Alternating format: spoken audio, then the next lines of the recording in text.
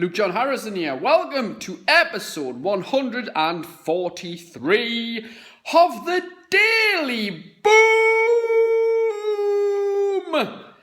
So, last week I was doing a little bit of heavy lifting and I didn't pull my back, but my back got incredibly tight.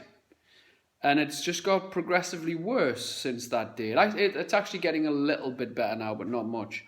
If you've ever pulled a lower back, you will know how debilitating it can be. You can barely move. Sometimes you have to crawl. And you are bending down. You feel like a 90-year-old person when you do it because you can't do anything. You can barely lift your arms. It's horrible. It's debilitating. So, yeah, my back kind of got a little bit injured, if you will. But it is getting slightly better. And I've done this before. So I know that I will get better.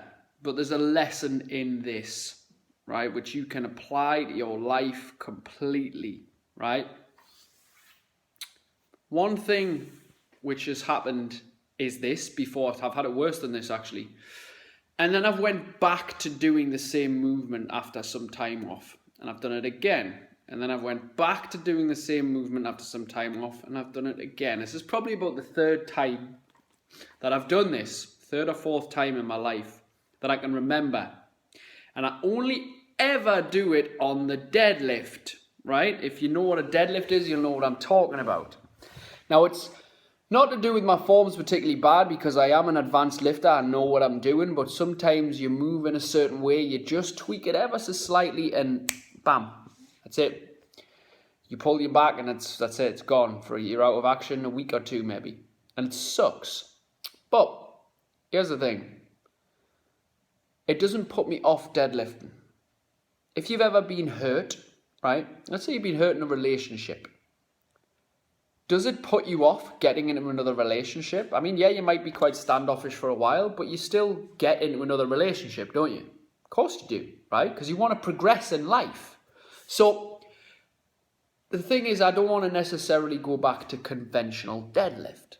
So what I'll do is I'll look for an alternative that can give me just as much bang for my buck, if you will, which is a little bit of a safer variant. So I still get just as much benefit, just doing it slightly different without that full fear of it going wrong again. Obviously, if something's happening time and time again, you have to readjust. It doesn't mean that you stop lifting. That's ridiculous. It doesn't mean that you stop getting in a relationship. It doesn't mean because you have a car crash that you just stop driving a car, does it?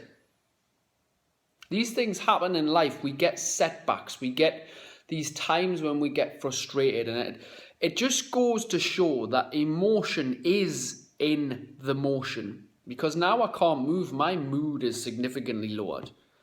I feel worse, like just moving about in bed, just day to day. As the past few days, I've just been much lower than I usually am. I'm usually very, very chirpy and it does get you down when you can't move. And statistics have shown that those who work sedentary jobs and live sedentary lives, who sit about a lot, are more depressed than those who move. It really is key to a happier life is motion, movement. And when that is taken away from you, it's depressing. Exercise and movement can literally cure depression. There's several cases which people have stated that it has actually lifted their depression. It's not going to work for everybody, but it will make a difference to everybody. We as creatures are designed to move. We're designed to get out there and get on and off the floor and go up and down stairs and bend down a lot and squat down and move all these different kinds of movements. We as humans are designed to do that. And when that basic need is taken away from us, it doesn't make us feel good at all. Maybe you've had an experience where you've been hurt physically or emotionally whilst trying to better yourself. There's the thing to consider. When you're pushing yourself and you're trying to better yourself, sometimes you get hurt.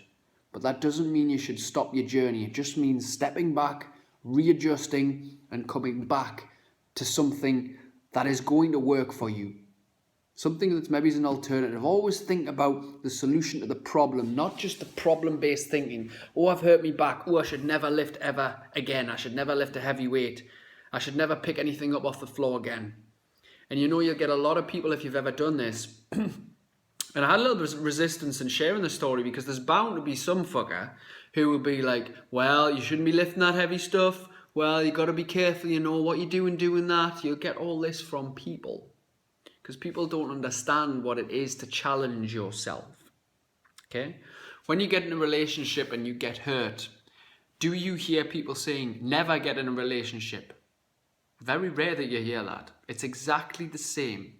You're starting a business venture, right? And people are like, don't do that, stay in your secure job.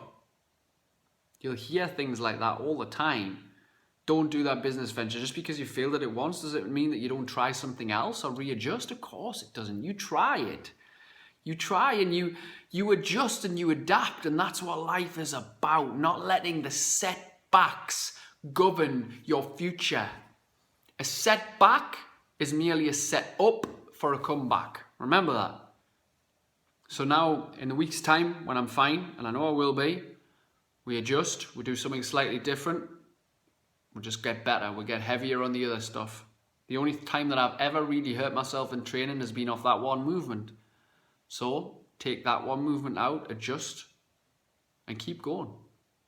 That's it. You got to stay positive about this stuff. Even though my mood is lowered and I feel a little bit shitty, at the end of the day, I'm still very, very optimistic and positive. And you have to keep that optimism throughout life, because if you start being pessimistic about what's wrong in your life, you're not going to be able to focus on the things that are going right or the things that could be going right as well. Share these words for anybody that needs to hear them today. Have a wonderful Tuesday. Peace out, my friends.